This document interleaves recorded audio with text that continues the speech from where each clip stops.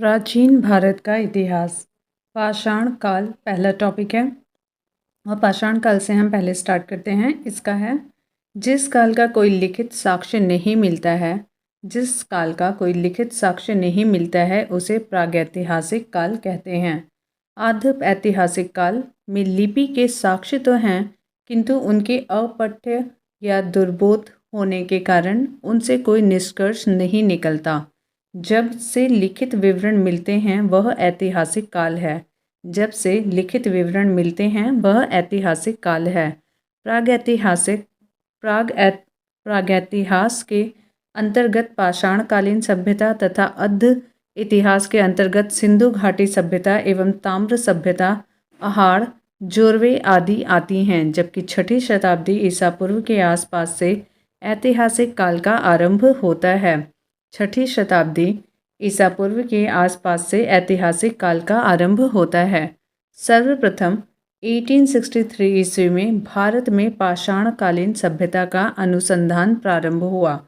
1863 ईस्वी में भारत में पाषाणकालीन सभ्यता का अनुसंधान प्रारंभ हुआ। पाषाण निर्मित उपकरणों के अधिकता के कारण संपूर्ण पाषाण युगीन संस्कृति को 3 मुख्य चरणों में विभाजित किया गया, और ये चरण हैं पूरा पाषाण काल, मध्य पाषाण काल और नवपाषाण काल। पूरा पाषाण काल, मध्य पाषाण काल और नवपाषाण काल।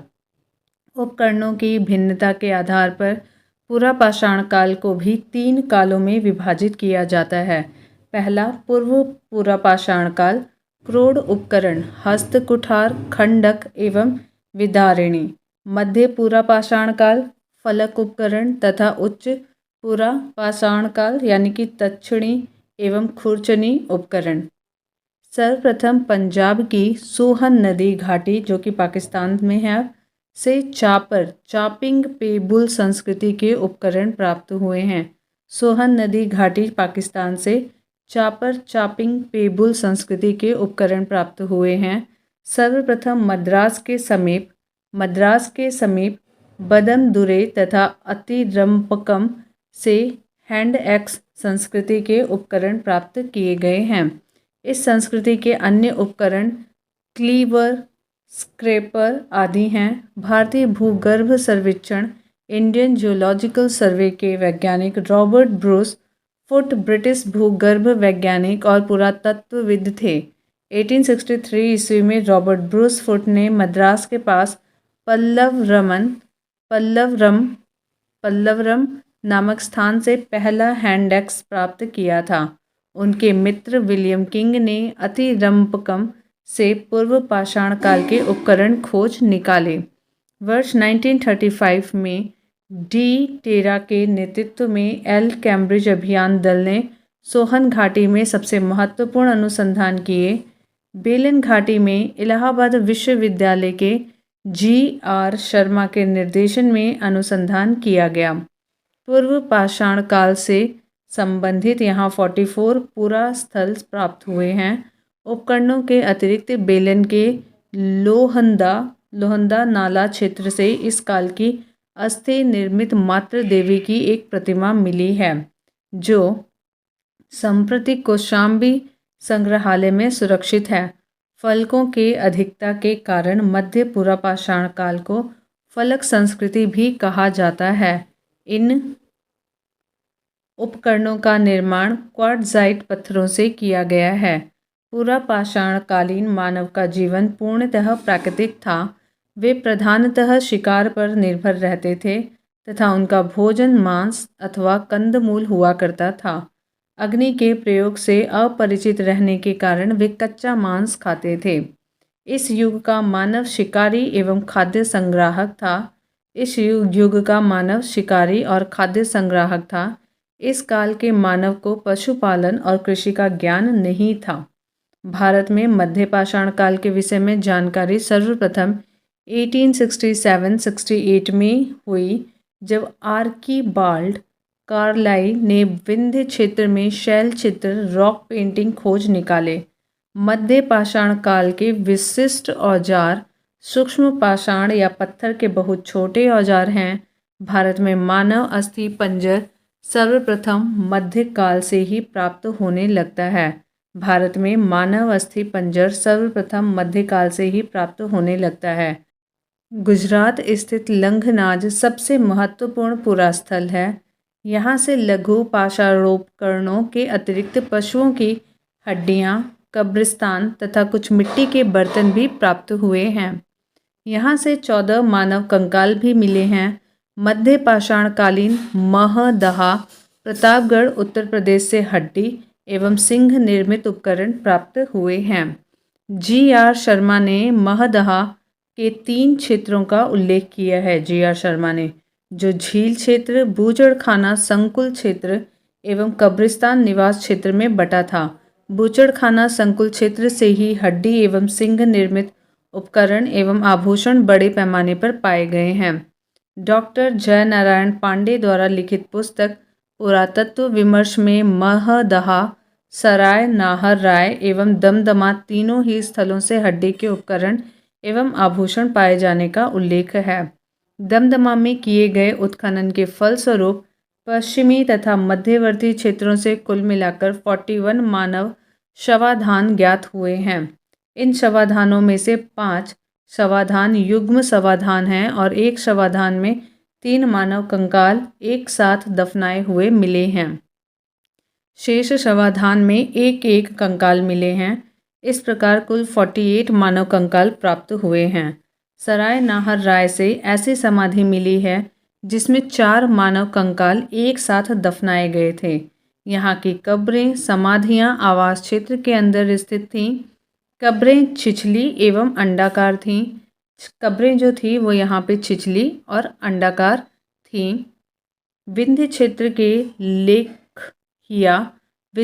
के लेखिया के शिलाश्रय संख्या 1 से मध्य पाषाणिक लघु पाषाण उपकरणों के अतिरिक्त 17 मानव कंकाल प्राप्त हुए हैं, जिनमें से कुछ सुरक्षित हालात में हैं तथा अधिकांश क्षत विक्षत अवस्था में हैं।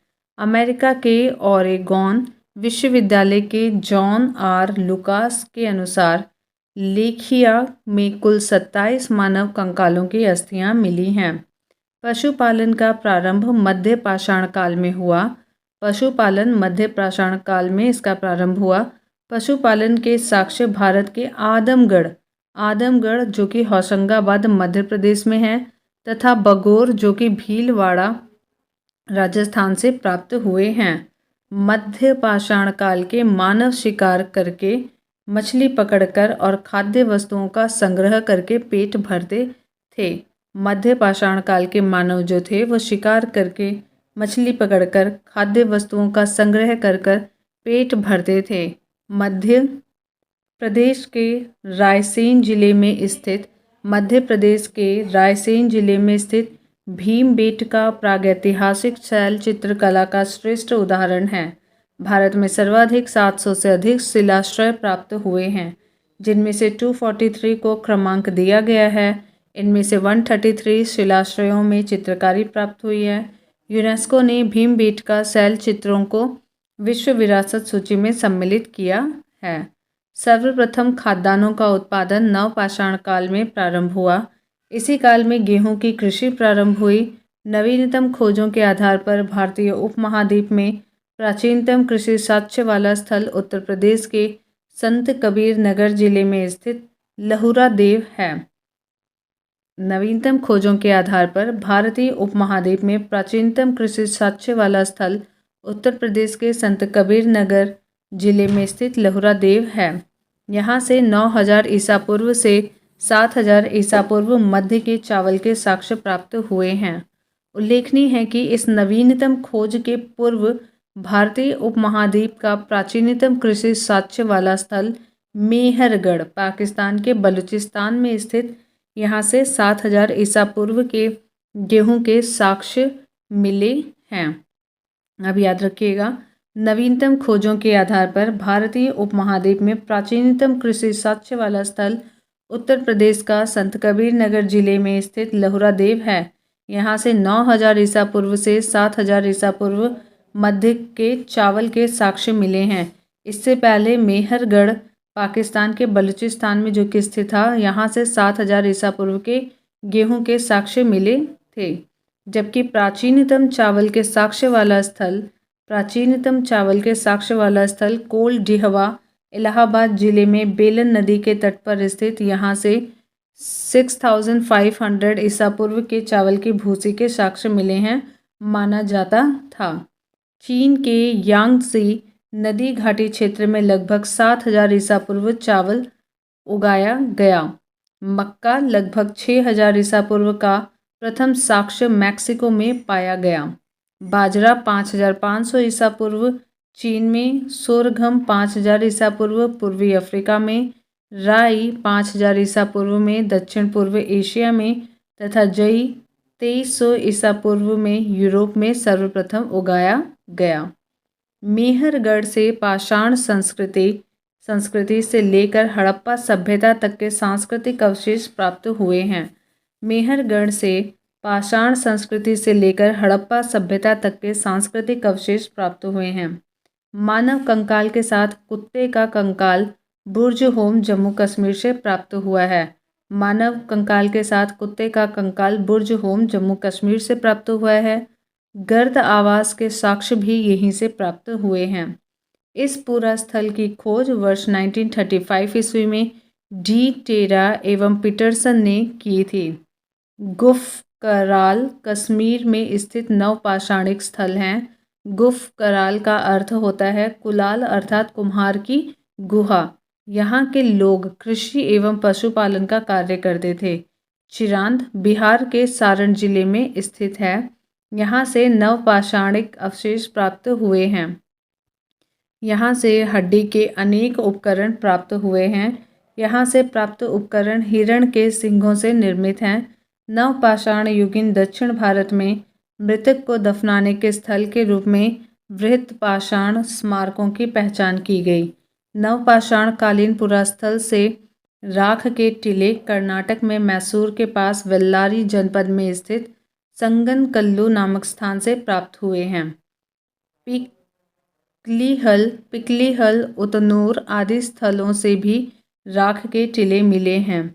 ये राख के टीले नवपाषाण युगीन पशुपालक समुदायों के मौसमी शिविरों के जले अवशेष हैं। आग का उपयोग नवपाषाण काल की महत्वपूर्ण उपलब्धि है। आग का उपयोग नवपाषाण काल की महत्वपूर्ण उपलब्धि थी। धातुओं में सबसे पहले तांबे का प्रयोग हुआ। धातुओं में सबसे पहले याद रखिएगा तांबे का प्रयोग हुआ। इस चरण में पत्थर एवं तांबे के उपकरणों का साथ साथ प्रयोग जारी रहा। इसी कारण इसे ताम्रपाषाणिक संस्कृति कैल्कोलिथिक कल्चर कहा जाता है। ताम्रपाषाण मीन्स पत्थर, ताम्रपाषाणिक का अर्थ है पत्थर एवं तांबे के प्रयोग की अवस्था। भारत में ताम्रपाषाण युग की बस्तियां दक्षिण पूर्वी राजस्थान, पश्चिमी मध्य प्रदेश, पश्चिमी महाराष्ट्र तथा दक्षिण पूर्वी भारत में पाई गई हैं। दक्षिण पूर्वी राजस्थान में अनेक पुरास्थलों की खुदाई हुई है। ये हैं अहाड़, बालाथल, बागौर, ओजियाना और गीलुंद। ये पुरास्थल बनास घाटी में स्थित हैं। बनास घाटी में स्थित होने के कारण इसे बनास संस्कृति भी कहते हैं। अहाड़ का प्राचीन नाम ताम्बवती अर्थात तांबा वाली जगह है। गिलुंद, बालाथल, ओजियाना में घरों को चारदीवारी से घेरा गया है। अहाड़ के पास गिलुंद में मिट्टी की इमारत बनी है, किंतु कहीं कहीं पक्की ईंटें भी लगी हैं। गिलुंद में तांबे के टुकड़े मिले हैं। अहाड़ संस्कृति 2100 से 1500 ईसा पूर्व के मध्य अन्य ताम्रपाषाणिक संस्कृतियों से भिन्न है, क्योंकि यहाँ दूसरे केंद्रों में लाल एवं काले लेप के मृदभांड बने हैं।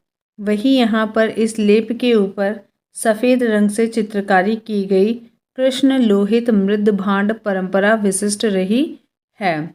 पश्चिमी मध्य प्रदेश में मालवा, कायथा, एरण एवं नवदा टोली प्रमुख स्थल हैं। पश्चिमी मध्य प्रदेश में मालवा, कायथा, एरण और नवदा टोली प्रमुख स्थल हैं। नवदा टोली मध्य प्रदेश का एक महत्वपूर्ण ताम्रपाषाणिक पुरास्थल है, जो खारगोन जिले में स्थित है।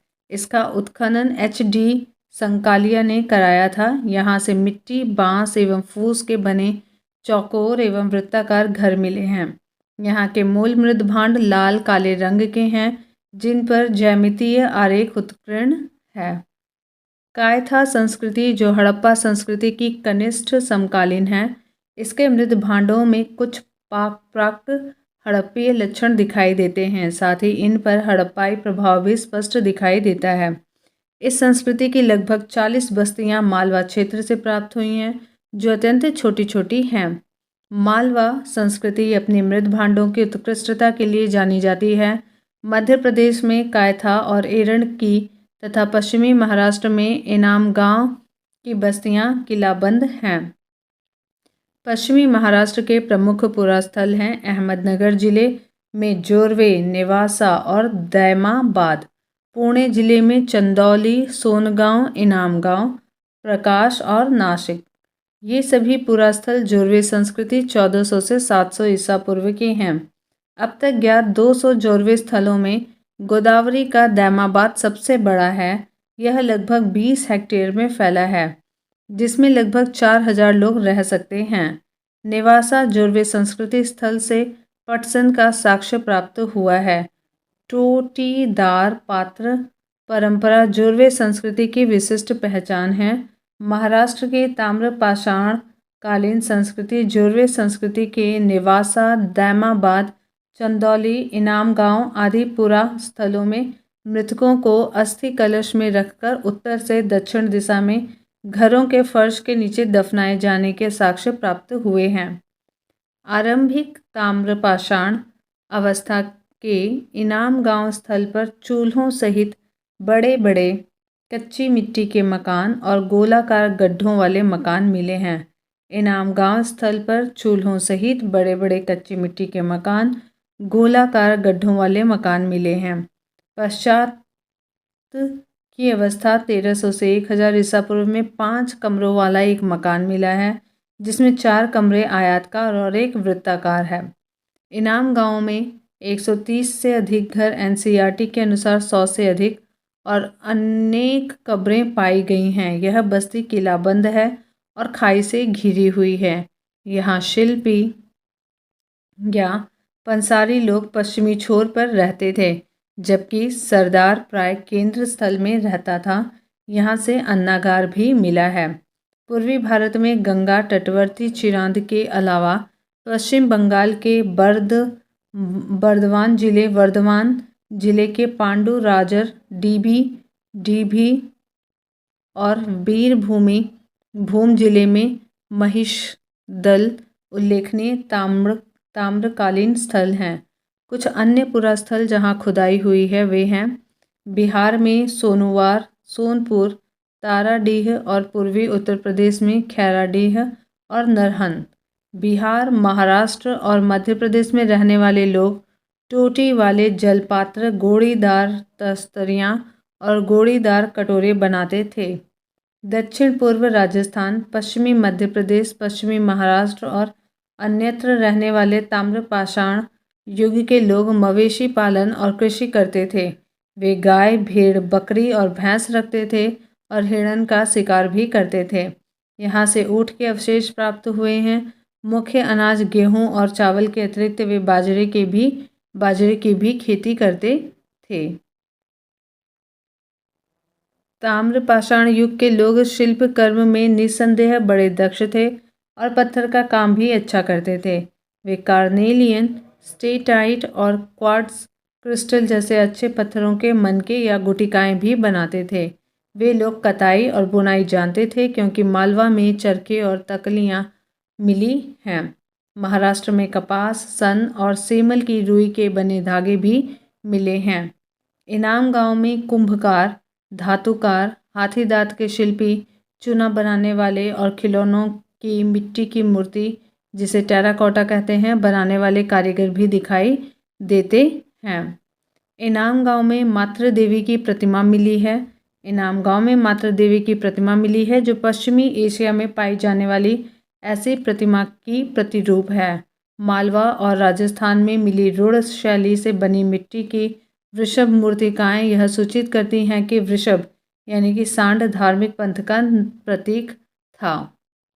पश्चिमी महाराष्ट्र की चंदौली और नेवासा बस्तियों में कुछ बच्चों के गलों में तांबे के मनकों का हार पहनकर उन्हें दफनाया गया है, जबकि अन्य बच्चों की कब्रों में सामान के तौर पर कुछ बर्तन मात्र हैं। महाराष्ट्र में मृतक को उत्तर दक्षिण की दिशा में रखा जाता था, किंतु दक्षिण भारत में पूर्व पश्चिम की दिशा में। पश्चिमी भारत में लगभग संपूर्ण समाधान एक्सटेंडेड बरियल प्रचलित था, जबकि पूर्वी भारत में आंशिक समाधान यानी कि फ्रैक्शनल बरियल चलता था। सबसे बड़ी निधि मध्य प्रदेश के गुंगेरिया से प्राप्त हुई है। इसमें 424 तांबे के औजार हथियार तथा 102 चांदी के पतले पत्थर हैं।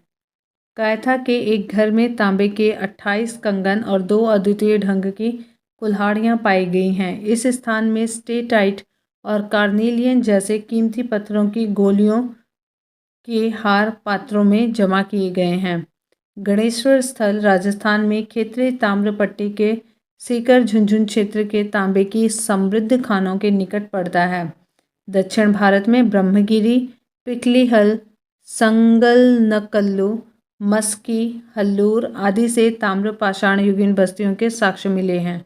दक्षिण भारत में कृषि की अपेक्षा चरवाहा संस्कृति का अधिक प्रमाण मिला है। भारत में सर्वप्रथम 1861 ईस्वी में अलेक्जेंडर कनिंघम को पुरातत्व सर्वेक्षक के रूप में नियुक्त किया गया था। याद रखिएगा, भारत में सर्वप्रथम 1861 ईस्वी में अलेक्जेंडर कनिंघम को पुरातत्व सर्वेक्षक के रूप में नियुक्त किया गया था। 1871 ईस्वी में पुरातत्व सर्वेक्षण को सरकार के एक विभाग के रूप में गठित किया गया था। वर्ष 1901 में लॉर्ड कर्जन के समय इसे भारतीय पुरातत्व सर्वेक्षण के रूप में केंद्रीकृत कर जॉन मार्शल को इसका प्रथम महानिदेशक बनाया गया। वर्ष 1902 में जॉन मार्शल ने कार्यभार ग्रहण किया। प्रश्न कोश, पहला प्रश्न, रॉबर्ट ब्रूस फुट थे एक भूगर्भ वैज्ञानिक और पुरातत्वविद, दोनों ए और बी दोनों ही ऑप्शन सही हैं। इंसाइक्लोपीडिया ब्रिटानिका के अनुसार रॉबर्ट ब्रूस फुट ब्रिटिश भूगर्भ वैज्ञानिक और पुरातत्वविद थे। जियोलॉजिकल सर्वे से संबद्ध रॉबर्ट ब्रूस फुट ने 1863 ईस्वी में भारत में पाषाणकालीन बस्तियों के अन्वेषण की शुरुआत की। अतः स्पष्ट है कि इस प्रश्न का उत्तर विकल्प ए और बी दोनों ही हो सकते हैं। क्वेश्चन नंबर 2, कोपेनहेगन संग्रहालय की सामग्री से पाषाण, कांस्य और लोह युग का त्रियुगीय विभाजन किया गया था। थॉमसन ने किया था ये। Option A. एक्सप्लेनेशन, डेनमार्क के कोपेनहेगन संग्रहालय में 1818 और 1820 में एक आयोग की रिपोर्ट के अनुसार सामग्री के आधार पर पाषाण, कांस्य और लोह युग का त्रियुगीय विभाजन क्रिश्चियन जर्गेनसन थॉमसन ने किया था। यद्यपि थॉमसन ने 1836 ईस्वी में इसी वर्गीकरण के अनुसार संग्रहालय की वस्तुओं का विवरण प्रकाशित किया था। क्वेश्चन नंबर 3, उत्खनित प्रमाणों के अनुसार पशुपालन का प्रारंभ हुआ था मध्य पाषाण काल में। Option D. मध्य पाषाण काल के अंतिम चरण में पशुपालन के साक्ष्य प्राप्त होने लगते हैं। ऐसे पशुपालन के साक्ष्य भारत में आदमगढ़ होशंगाबाद मध्य प्रदेश में तथा बागौर भीलवाड़ा राजस्थान से मिले हैं। क्वेश्चन नंबर 4, मध्य पाषाणकालीन प्रसंग में पशुपालन के प्रमाण जहां मिले हैं वह स्थान है Adamgarh. Option C. Question number 5, निम्नलिखित में से किस स्थान से हड्डी के उपकरण प्राप्त हुए हैं? तो इसमें है ऑप्शन सी, महदहा से और सराय नाहर राय से। ऑप्शन सी और डी। एक्सप्लेनेशन, मध्य पाषाणकालीन महदहा उत्तर प्रदेश के प्रतापगढ़ जिले में स्थित है से बड़ी मात्रा में हड्डी और सिंह निर्मित उपकरण प्राप्त हुए हैं। जी.आर. शर्मा महदहा में 3 क्षेत्रों का उल्लेख करते हैं जो झील क्षेत्र, बूचड़खाना संकुल क्षेत्र एवं कब्रिस्तान निवास क्षेत्र में बटा था। बूचड़खाना संकुल क्षेत्र से ही हड्डी व सिंह निर्मित उपकरण एवं आभूषण बड़े पैमाने पर पाए गए हैं। सराय नाहर राय से भी अल्प मात्रा में हड्डी के उपकरण मिले हैं। क्वेश्चन नंबर 6, हड्डी से निर्मित आभूषण भारत में मध्य पाषाण काल के संदर्भ में प्राप्त हुए हैं। सराय नाहर राय से और महदहा से। ऑप्शन ए और बी सही है। क्वेश्चन नंबर 7, एक ही कब्र से 3 मानव कंकाल निकले हैं। दमदमा से। Option B. मध्य गंगा घाटी के प्रतापगढ़ जिले में स्थित सराय नाहर राय, महदहा तथा दमदमा का उत्खनन हुआ है। दमदमा में लगातार 5 वर्षों तक किए गए उत्खनन के फलस्वरूप पश्चिमी तथा मध्यवर्ती क्षेत्रों से कुल मिलाकर 41 मानव शवाधान ज्ञात हुए हैं। इन शवाधानों में से 5 शवाधान युग्म शवाधान हैं और एक शवाधान में 3 मानव कंकाल का एक साथ दफनाए हुए मिले हैं। शेष शवाधानों में एक एक कंकाल मिले हैं। अगला प्रश्न है क्वेश्चन नंबर 8, खाद्यान्नों की कृषि सर्वप्रथम प्रारंभ हुई थी नवपाषाण काल में। खाद्यान्नों का उत्पादन सर्वप्रथम नवपाषाण काल में हुआ। यही वह समय है जब मनुष्य कृषि कर्म से परिचित हुआ। क्वेश्चन नंबर 9, भारत में मानव का सर्वप्रथम साक्ष्य कहाँ मिलता है? नर्मदा घाटी में। Option D. भारत में मानव का सर्वप्रथम साक्ष्य मध्य प्रदेश के पश्चिमी नर्मदा क्षेत्र में अवस्थित हथनौरा होशंगाबाद नामक पुरास्थल से प्राप्त हुआ। इसकी खोज पुरातत्वविद अरुण सोनकिया द्वारा 5 दिसंबर 1982 में किया गया था। क्वेश्चन नंबर 10, प्रथम मानव जीवाश्म भारत की किस नदी घाटी से प्राप्त हुआ था? नर्मदा घाटी से। Option C. क्वेश्चन नंबर 11, मानव द्वारा सर्वप्रथम प्रयुक्त अनाज था जौ। Option C. आधुनिक मानव समाज द्वारा मुख्य रूप से 8 खाद्य अनाजों का उपभोग किया गया है। जौ, गेहूँ, चावल, मक्का, बाजरा, सोरघम, राई एवं जई। अनाजों के पौधे विभिन्न क्षेत्रों में जंगली घास के रूप में विद्यमान थे, जिन्हें बीजों के रूप में अलग अलग क्षेत्र में अलग अलग समय पर मानव ने उगाया। वैश्विक दृष्टि से देखा जाए तो सर्वप्रथम जौ, बार्ली 8,000 ईसा पूर्व के आसपास भूमध्य सागर एवं ईरान के मध्य स्थित पश्चिमी एशिया के देश में मानव द्वारा उगाया गया। बाद में लगभग इन्हीं क्षेत्रों में 8,000 ईसा पूर्व के आसपास ही गेहूं यानी कि व्हीट भी उगाया जाने लगा। क्वेश्चन नंबर 12, भारतीय उपमहाद्वीप में कृषि के प्राचीनतम साक्ष्य प्राप्त हुए हैं लहुरा देव से। ऑप्शन बी लहुरा देव से। नवीनतम खोजों के आधार पर भारतीय उपमहाद्वीप में प्राचीनतम कृषि साक्ष्य वाला स्थल उत्तर प्रदेश के संत कबीर नगर जिले में स्थित लहुरा देव है। यहाँ से 9,000 ईसा पूर्व से 7,000 ईसा पूर्व तक के बीच के चावल के साक्ष्य प्राप्त हुए हैं। उल्लेखनीय है कि इस नवीनतम खोज के पूर्व भारतीय उपमहाद्वीप का प्राचीनतम कृषि साक्ष्य वाला स्थल मेहरगढ़ पाकिस्तान के बलूचिस्तान में जो स्थित है, यहाँ से 7,000 ईसा पूर्व के गेहूं के साक्ष्य मिले हैं, जबकि प्राचीनतम चावल के साक्ष्य वाला स्थल कोल डिहवा इलाहाबाद जिले में बेलन नदी के तट पर स्थित, यहाँ से 6,500 ईसा पूर्व के चावल की भूसी के साक्ष्य मिले हैं माना जाता था। उपरोक्त संदर्भों में अब यदि विकल्प में लहुरा देव रहता है तो उपर्युक्त विकल्प वही होगा, परंतु लहुरा देव के विकल्प में न होने की स्थिति में इसका उत्तर पूर्व की भांति ही होगा और पूर्व की भांति मेहरगढ़ होगा जहाँ पे गेहूं के साक्ष्य मिले थे, और उसके बाद कोल डिहवा होगा जहाँ पे चावल की भूसी के साक्ष्य मिले थे।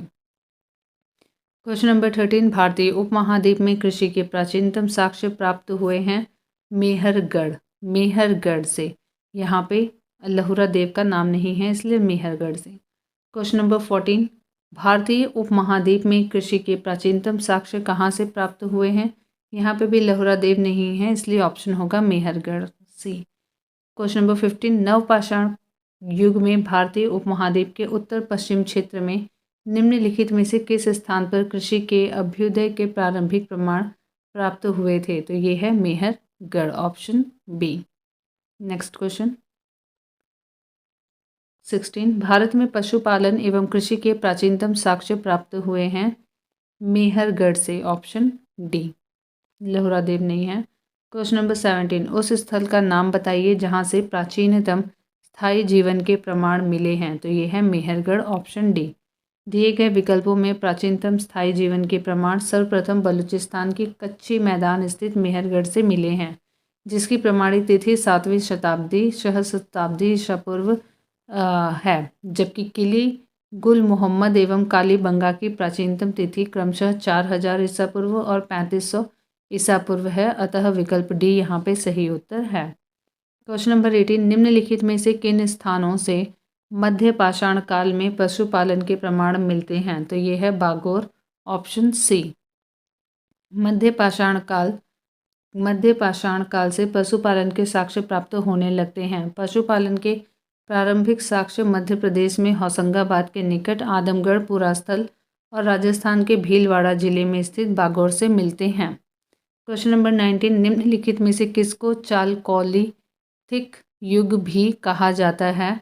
तो ये है ताम्रपाषाण युग को। ताम्रपाषाण युग को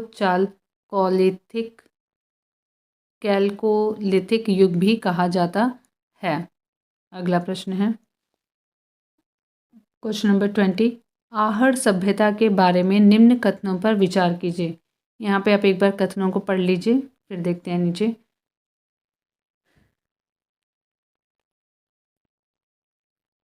आहड़वासी तांबा गलाना जानते थे, ये सही है। ये लोग चावल से परिचित नहीं थे, तो ये थे।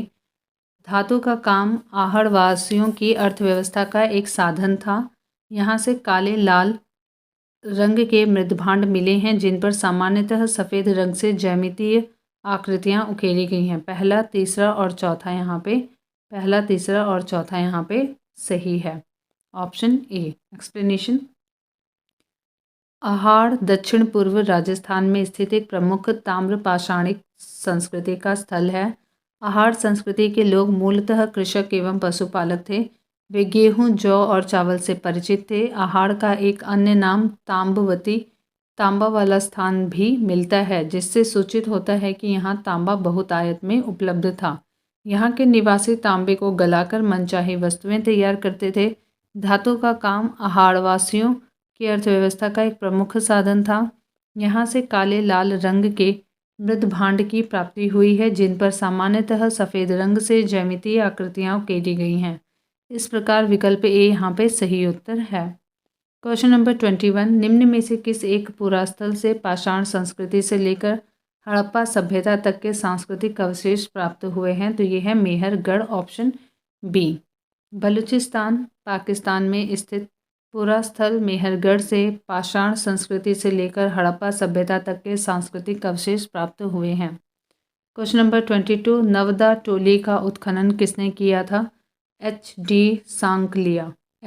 सांकलिया ने, ऑप्शन सी। नवदा टोली मध्य प्रदेश का उत्खनन दक्कन कॉलेज पूना के प्रोफेसर एच.डी. सांकलिया ने कराया था। यह स्थल एक महाद्वीप का सबसे विस्तृत उत्खनित ताम्रपाषाणिक ग्राम स्थल है, जिसकी तिथि ईसा पूर्व 1600 से 1300 के मध्य निर्धारित की गई है। क्वेश्चन नंबर 23, नवदा टोली किस राज्य में अवस्थित है? तो ये मध्य प्रदेश में अवस्थित है, ऑप्शन डी। क्वेश्चन नंबर 24, वृहत पाषाण स्मारकों की पहचान की गई है मृतक को दफनाने के स्थान के रूप में, ऑप्शन बी। नवपाषाण युगीन दक्षिण भारत में शवों को विभिन्न प्रकार की समाधियों में दफनाने की परंपरा विद्यमान थी। इन समाधियों को, जो विशाल पाषाण खंडों से निर्मित हैं, वृहत पाषाण या मेगालिथ के नाम से जाना जाता है। इनके विभिन्न प्रकार हैं, जैसे शिष्ट समाधि, pit circle, cairn circle, dolmen, umbrella stone, hood stone, कंदराएं, मेहिर। क्वेश्चन नंबर 25, राख का टीला निम्नलिखित में से किस नवपाषाणिक स्थल से संबंधित है? तो ये है बी, संगनकल्लू, ऑप्शन बी। कर्नाटक में मैसूर के पास वेल्लारी जनपद में स्थित संगनकल्लू नामक नवपाषाणकालीन पुरास्थल से राख के टीले प्राप्त हुए हैं। क्वेश्चन नंबर 26, भीमबेटका किसके लिए प्रसिद्ध है? गुफाओं के शैलचित्र के लिए। मध्य प्रदेश के रायसेन जिले में स्थित भीमबेटका प्रागैतिहासिक शैलचित्र कला का श्रेष्ठ उदाहरण है। इन गुफाओं में जीवन के विविध रंगों को पेंटिंग के रूप में उकेरा गया, जिनमें हाथी, सांभर, हिरन आदि के चित्र हैं। अब तक लगभग 700 शरण स्थलियों की पहचान की जा चुकी है, जिनमें 133 में चित्र पाए गए हैं। क्वेश्चन नंबर 27, निम्न में से कौन सा स्थल प्रागैतिहासिक चित्रकला के लिए प्रसिद्ध है? तो इसका उत्तर है ऑप्शन बी। ऑप्शन बी का मतलब भीमबेटका। Bhimbetka option B.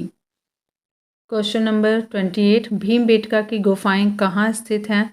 तो ये अब्दुल्लागंज रायसेन में है, option D. Question number 29, Bharat में किस शिलाश्रय से सर्वाधिक चित्र प्राप्त हुए हैं? तो यह है भीमबेटका, ऑप्शन बी से सबसे ज़्यादा चित्र प्राप्त हुए हैं। क्वेश्चन नंबर 30, निम्नलिखित में से किस भारतीय पुरातत्ववेत्ता ने पहली बार भीमबेटका गुफा को देखा और उसके शैल चित्रों के प्रागैतिहासिक महत्व को खोजा? तो ये है V.S. वांकंकर, option C. Madhya Pradesh के रायसेन जिले में स्थित भीमबेटका प्रागैतिहासिक शैल चित्रकला का श्रेष्ठ उदाहरण है।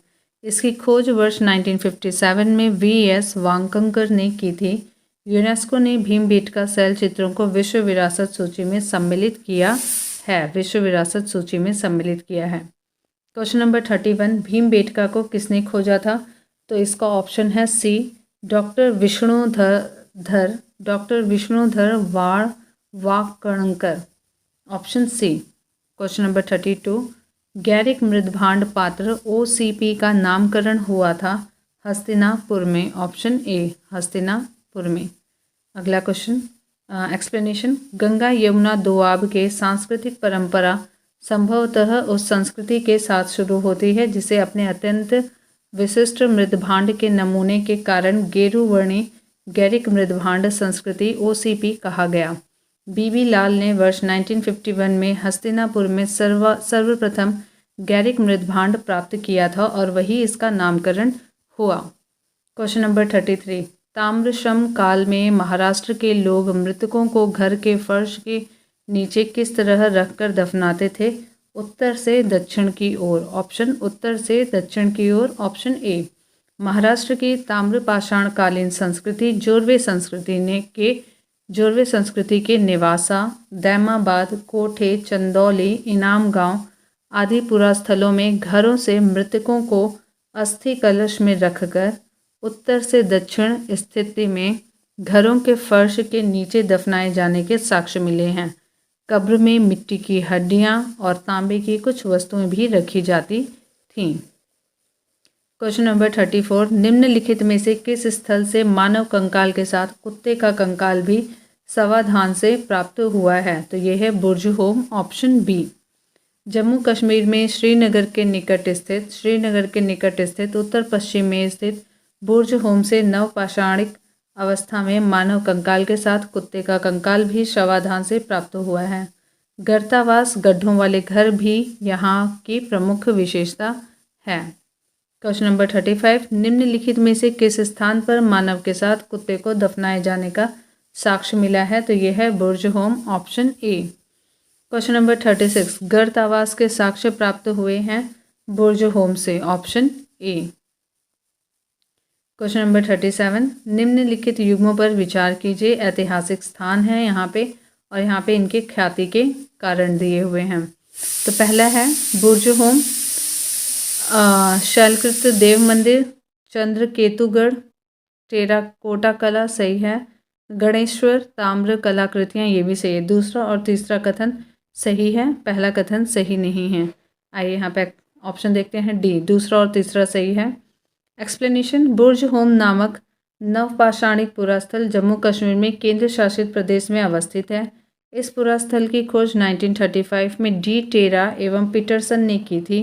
इस पुरास्थल से गर्तावास के साक्ष्यों की प्राप्ति हुई है। चंद्रकेतुगढ़ पश्चिम बंगाल प्रांत में स्थित एक प्रमुख ऐतिहासिक पुरातात्विक पुरास्थल है जो विद्याधरी नदी के तट पर अवस्थित है। यहाँ से ऐतिहासिक काल की टेराकोटा कला के कई उदाहरण प्राप्त हुए हैं जो तत्कालीन शिल्प कौशल की एक असामान्य विशेषता प्रदर्शित करता है। गणेश्वर राजस्थान प्रांत में स्थित एक प्रमुख ताम्रपाषाणिक पुरास्थल है। इस पुरास्थल की खोज राजस्थान विश्वविद्यालय के पुरातत्व विभाग के प्रोफेसर रतन चंद्र अग्रवाल ने की थी। इस पुरास्थल से दोहरी पेंचदार सिरे वाली ताम्र बाणाग्र मछली पकड़ने का कांटा तथा विभिन्न प्रकार के मृदभांड प्राप्त हुए हैं। इस प्रकार विकल्प डी सही उत्तर है। क्वेश्चन नंबर 38, विंध्य क्षेत्र के किस शिलाश्रय से सर्वाधिक मानव कंकाल मिले हैं? तो यह लेखिया। Option D, doctor J N. Pandey की पुस्तक पुरातत्व विमर्श के अनुसार विंध्य क्षेत्र के लेखिया के शिलाश्रय संख्या 1 से मध्य पाषाणिक लघु पाषाण उपकरणों के अतिरिक्त 17 मानव कंकाल प्राप्त हुए हैं, जिनमें से कुछ सुरक्षित हालत में हैं तथा अधिकांश क्षत विक्षत अवस्था में प्राप्त हुए हैं। अमेरिका के ऑरेगॉन विश्वविद्यालय के जॉन आर लुकास के अनुसार लेखिया में कुल 27 मानव कंकालों की अस्थियां मिली हैं। क्वेश्चन नंबर 39, नीचे दो कथन दिए गए हैं। एक को अभिकथन ए और दूसरे को कारण आर कहा गया है। अभिकथन ए, विंध्य क्षेत्र के पाषाण युगीन लोगों ने नूतन भूतल काल के अंत में गंगा घाटी में प्रव्रजन किया। आगे देखते हैं। आर, जलवायु परिवर्तन। आर मतलब यहाँ पे कारण दिया हुआ है। जलवायु परिवर्तन के कारण इस काल में शुष्कता का चरण था। जलवायु परिवर्तन में के कारण इस काल में शुष्कता का चरण था। तो यहाँ पे ए और आर दोनों सही हैं। आर ए का सही व्याख्या करता है। Option A. आगे देखते हैं। Explanation, G.R.. शर्मा ने सराय नाहर राय में खुदाई के बाद यह अवधारणा दी कि नूतन भूतल काल के अंत में सूखे के कारण विंध्य क्षेत्र में भोजन की कमी के कारण लोगों ने गंगा घाटी क्षेत्र में प्रवास किया था। क्वेश्चन नंबर 40, भारतीय पुरातत्व सर्वेक्षण निम्नलिखित विभागों मंत्रालयों में से किसका संलग्न कार्यालय है? तो ये संस्कृति। Option A. भारतीय पुरातत्व सर्वेक्षण आर्कियोलॉजी सर्वे ऑफ इंडिया संस्कृति मंत्रालय के अधीन एक विभाग है। क्वेश्चन नंबर 41, भारतीय पुरातत्व का जनक किसे कहा जाता है? अलेक्जेंडर कनिंघम को। Option A. अलेक्जेंडर कनिंघम 1814 से 1893 ईस्वी को एक ब्रिटिश सेना अधिकारी के रूप में बंगाल इंजीनियर्स के साथ काम करने के लिए तैनात किया गया था। उन्हें ही भारतीय पुरातत्व के जनक के रूप में जाना जाता है। क्वेश्चन नंबर 42, राष्ट्रीय मानव संग्रहालय कहाँ पर है? तो ये भोपाल में है। ऑप्शन सी, राष्ट्रीय मानव संग्रहालय। राष्ट्रीय मानव संग्रहालय, जिसका नाम बदलकर इंदिरा गांधी राष्ट्रीय मानव संग्रहालय कर दिया गया है, भोपाल मध्य प्रदेश में स्थित है। यह भारत सरकार के संस्कृति विभाग के अंतर्गत स्वायत्तशासी संगठन है।